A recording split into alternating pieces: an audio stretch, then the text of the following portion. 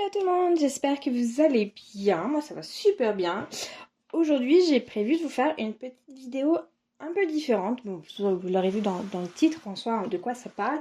Voilà. Quand commencer son système des enveloppes, quand faire son budget, comment le faire, tout ça. Alors, je pense que ça sera une vidéo entre guillemets d'introduction, parce que forcément, je veux pas que ça dure 100 ans non plus. Et c'est surtout voir si c'est quelque chose qui vous intéresse. Si vous intéresse, on pourra aller plus en profondeur, il n'y a aucun souci. Je vais vous parler de ce qui marche pour moi, des petits conseils que je peux vous donner qui pourraient fonctionner pour vous également. C'est pas une méthode infaillible pour tout le monde. L'idée, c'est vraiment de trouver qu'est-ce qui fonctionne pour vous. Et pour trouver qu'est-ce qui fonctionne, et ben en fait, il faut essayer. Donc c'est surtout ça. Donc là, moi aujourd'hui, je travaille avec différents outils. J'ai un classeur mensuel, un carnet pour mon budget et un carnet pour mes épargnes défis. Donc, enfin un carnet, un classeur même. Donc ça, c'est mon système à moi qui fonctionne aujourd'hui. Mais pour commencer, en fait, clairement, vous n'avez pas besoin de ça. Voilà, ça voilà, c'est parce que moi j'aime ça. C'est des choses, alors mis à part le carnet que je rachète, que j'ai un carnet par année, c'est d'ailleurs mon troisième est déjà là. Avant j'avais un autre système mais que j'utilise vraiment ce carnet. Vous avez d'ailleurs le lien en barre d'infos si vous voulez acheter le même, il y a différents coloris, moi je les adore, ils sont géniaux. Donc tout le reste, c'est des choses que j'avais déjà parce que c'est ma passion en fait, tout ce qui est attrait au planeur, le scrapbooking, tout ça. Donc j'ai fait avec ce que j'avais. Mais c'est vrai que tout le monde n'a pas forcément plein de planeurs, hein, parce que j'ai aussi un format A7. Je pense avoir à peu près tous les formats possibles, imaginables au monde, ou presque. Mais voilà, c'est parce que c'est ma passion à moi aussi. C'est ma petite activité annexe, parce que j'ai ma propre boutique également depuis 2018 maintenant, donc ça commence à faire. Et voilà. Donc forcément, moi j'ai des choses, mais on prend ça, on le met de côté, vous n'avez pas besoin de tout ça.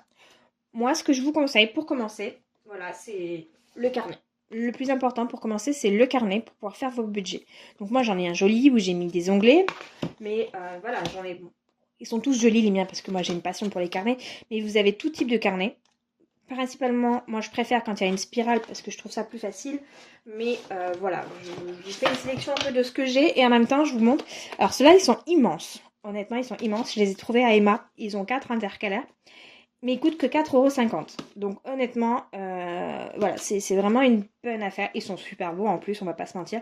Et 4,50 €, c'est une superbe affaire. Donc si vous avez l'occasion d'aller à Emma, moi c'est parce que j'en ai pas là où j'habite malheureusement.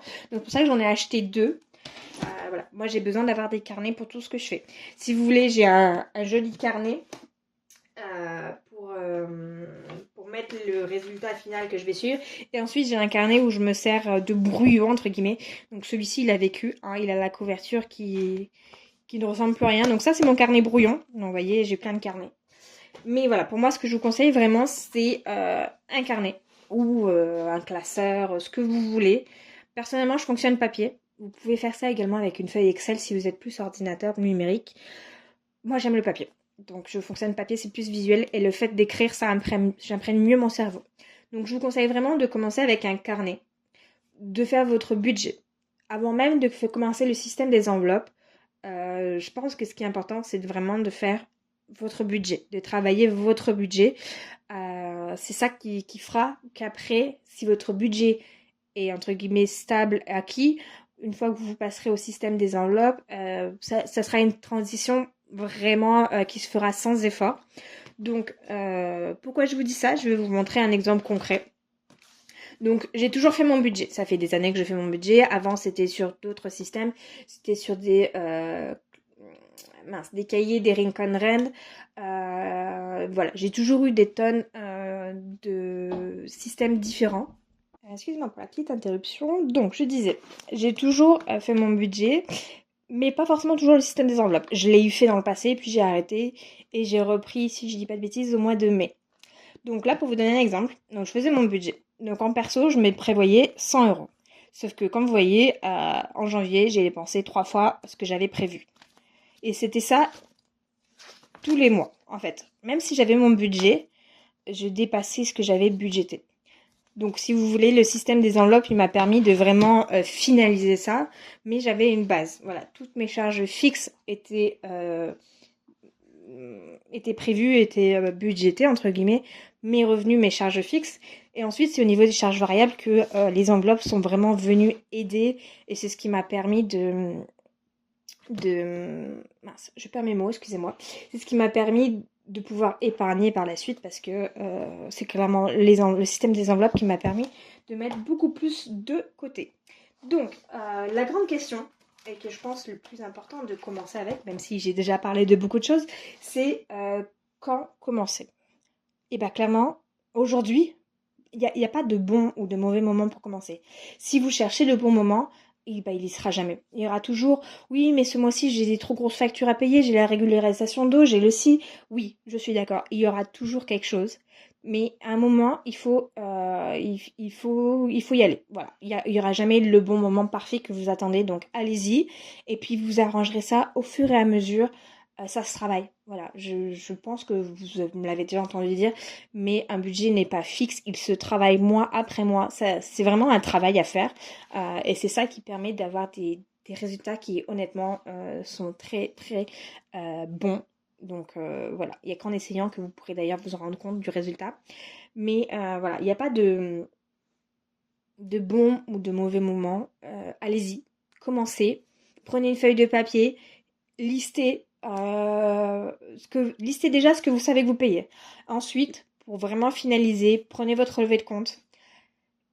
Et allez-y remonter jusqu'aux 3 derniers mois. Si vous pouvez remonter sur une année, c'est même encore mieux puisqu'il y a des charges qu'on a mensuellement, mais il y a aussi des charges qu'on a par trimestre, annuel, et qu'on ne se souvient pas forcément sur le moment et qu'on a payé il y a 8 mois. Donc, on commence avec tout ce que vous avez dans la tête que vous savez que vous payez. Ensuite, vous remontez mois par mois. Les 3 premiers mois, si possible, et ensuite, si vous pouvez remonter sur une année, c'est l'idéal. Et là, vous aurez la base de votre budget. Vous saurez avec quoi travailler. Donc ça sera vraiment ça. Donc faire votre historique. Qu'est-ce qui rentre, qu'est-ce qui sort depuis un an. Je sais, c'est beaucoup de travail. Mais une fois que vous le faites pas tout le temps ça. Une fois que vous l'aurez fait justement une fois, ça sera fait. Et vous pourrez travailler avec. Donc faire sur votre historique, ça va être la première étape. Donc on fait son historique. Moi je vous conseille un carnet. Mais vous avez des tonnes d'outils également que vous pouvez trouver différents. Personnellement, je ne vous conseille pas les feuilles de budget plastifiées que vous effacez parce que justement vous l'effacez et vous ne gardez pas de traces des mois précédents. Alors que dans un carnet ou par exemple sur une feuille Excel, si vous faites un onglet pour chaque mois, vous aurez un suivi de ok, qu'est-ce qui s'est passé il y a 3 mois, qu'est-ce qui s'est passé il y a 6 mois. Et comme ça vous permet, quand vous avez un doute, de revenir en arrière et de regarder. Alors que la feuille plastifiée, malheureusement, une fois qu'elle est effacée, elle est effacée. Alors que personnellement, dans mes outils, j'utilise beaucoup de choses qui s'effacent, mais pas ça. Donc voilà. Une fois que donc vous avez fait votre petit historique, que vous avez listé votre budget entre guillemets grossièrement, il va falloir faire une liste de priorités. Qu'est-ce qui est vital et qu'est-ce qui ne l'est pas. Voilà, en gros c'est blanc ou noir, c'est très oui ou non, mais c'est comme ça que ça fonctionne pour moi. Encore une fois, ce que je vous dis, c'est des choses qui ont fonctionné pour moi et qui, je pense, pourraient également fonctionner pour vous. Donc voilà, faire votre historique, lister vos priorités. Et une fois que vous avez listé vos priorités, vous pouvez passer à la liste de vos envies, de vos projets que vous aimeriez faire par la suite. Et voilà. Donc ce que j'entends, c'est à court terme, moyen, long terme, c'est lister vos envies. Donc une fois que vous avez enlevé toutes les factures, que vous savez qu'il vous reste un peu de sous, même si c'est qu'un tout petit peu, même si c'est que 50 €, peu importe le montant. On ne parle vraiment pas de montant parce que même si vous n'avez pas des gros revenus, moi j'ai pas des gros revenus, je mets pas des grosses sommes dans mes épargnes, mais ce qui compte c'est que petit à petit ça va faire quelque chose d'important et c'est ça qui est important. Donc, une fois que vous avez vos priorités, vous faites votre liste d'envies. Par exemple, donc moi, comme je vous en avais parlé dans une vidéo précédente, même plusieurs peut-être, lorsqu'on sera dans l'appartement avec ma fille, mon idée c'est d'avoir un chat, puisque ma fille a toujours grandi avec des animaux, moi aussi, et c'est vraiment quelque chose d'important, donc je veux qu'on ait un chat. Malheureusement, un chien en appartement, pour moi, c'est pas voilà, ça fonctionne pas. Mais un chat, je pense que c'est un bon compromis. Et donc, pour moi, ça fait partie de mes envies, de mes projets. Donc, je le prévois petit à petit. Voilà. Autre exemple, l'exemple le plus concret, je pense, c'est la maison. Ça, c'est le. Alors, c'est marrant parce que c'est en même temps du court terme, mais en même temps, c'est pour le long terme, puisque je vais acheter sur 25 ans, hein, quand même. 25 ans, c'est énorme. Bref, donc voilà. En même temps, j'ai une épargne pour ma maison. Ça peut être à court terme, les vacances. Voilà, pour moi, alors, ça pourrait être une priorité pour certains, ce que je conçois tout à fait. Pour moi, c'est des envies, c'est moitié priorité, moitié envie, parce que malheureusement, il y a des choses à payer également et que avec un seul salaire, je peux pas forcément me permettre tout. Mais c'est correct, j'ai aucun souci là-dessus. Qu'on soit seul ou à deux, tout est faisable. Croyez en vous, c'est vraiment ça le plus important. Croyez en vous et travaillez. Travaillez pour. Alors oui, travaillez dans le sens où vous allez travailler, mais travaillez votre budget. C'est ça qui va vous permettre d'avancer et de voir ce qui est possible de faire et ce qui ne l'est pas. Et ce qui ne l'est pas, c'est peut-être pas faisable aujourd'hui, mais peut-être que dans 3 mois, 6 mois, 2 ans, peut-être que oui, ça sera faisable et parce que vous aurez fait ce travail-là auparavant. Donc c'est vraiment ça qui est important. Je pense que pour aujourd'hui, c'est vraiment la base que je peux vous donner. Numéro un, lancez-vous. N'attendez pas le bon moment. Il n'y a pas de bon moment. Le but, c'est de se lancer. Vous allez faire des erreurs. Je fais des erreurs. Je fais des erreurs en permanence. Mais c'est pas grave. La vie est faite d'erreurs, de leçons et on apprend et c'est ça qui est important. Donc, lancez-vous. Prenez une feuille de papier. Listez vos revenus, vos dépenses. Faites l'historique des 3 derniers mois, des 12 derniers mois, pour voir qu'est-ce qui est rentré, qu'est-ce qui est sorti. Une fois que vous avez cette base-là, dans l'idéal, moi je vous conseille un carnet, celui-ci ou un autre, mais une fois que vous avez fait ça, on passe aux priorités. Ok, donc maintenant je sais que j'ai ça, quelles sont mes priorités? Une fois que vous avez vos priorités, quelles sont mes envies, mes projets que je veux réaliser à court, moyen, long terme? Et à partir de là, c'est parti. En fait, vous êtes déjà parti, c'est déjà lancé. Et voilà, vous n'avez pas besoin d'outils particuliers pour commencer. Si vous le souhaitez, oui, bien sûr. Moi, je sais que personnellement, voilà, c'est le fait que ce soit beau, esthétique, c'est quelque chose qui me motive à les regarder, à les ouvrir. Parce que c'est joli, j'ai envie de les regarder. Forcément, une feuille de papier tout grabouillé, ça donne pas envie de la regarder. Donc, c'est pour ça que je vous conseille vraiment au moins le carnet et celui-ci par exemple qui fait moins de 10 euros, mais je vous ai montré avant à 4,50 €. Après, vous n'avez pas besoin de grand chose, hein. Un surligneur pour mettre de la couleur, un stylo coloré, un stylo noir pour faire différents points de couleur. Si vous avez des autocollants, des stickers, allez-y, faites-vous plaisir. Mettez de la couleur, mettez du peps. Ou alors, au contraire, si vous aimez les versions minimales, allez-y aussi, ça fonctionne très bien. Autant je mets beaucoup de couleurs sur mes pages mensuelles, autant les pages de mon budget restent assez minimalistes. Là pour le coup c'est très holographique donc non, mais à part les bandes de washi, c'est que du stylo, mais c'est propre, c'est net. Voilà, si c'est joli, moi j'ai envie de regarder, donc voilà, ça serait mon conseil. Mais en soi, vous n'avez pas besoin d'enveloppe particulière. Voilà, vous avez par exemple un porte-monnaie. Alors il est vide, mais vous voyez, il y a rien de plus simple, ça fait des années que je l'ai. Et je m'en sers de temps en temps, mais souvent mon sac à main, ça ne fonctionne pas. Vous voyez, dedans, j'ai mis des intercalaires que j'ai fait moi-même. Mais en soi, vu les compartiments qu'il y a, j'étais même pas obligée parce que j'ai un compartiment, 2, 3, 4, 5.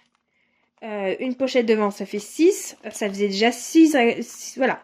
Sans avoir d'outils particuliers, vous avez probablement déjà tout sous la main. On a tout un portefeuille, qu'on se dise plus ou moins grand, mais on en a déjà tout un de portefeuille. Donc, vous avez déjà les outils pour commencer. Après, justement, c'est ça la magie des enveloppes. Vous pouvez vous créer une enveloppe pour améliorer votre système parce que ça vous fait plaisir, c'est quelque chose qui vous apporte du bonheur. Et aujourd'hui, c'est ça qu'on cherche. Ne pas se créer des frustrations inutiles.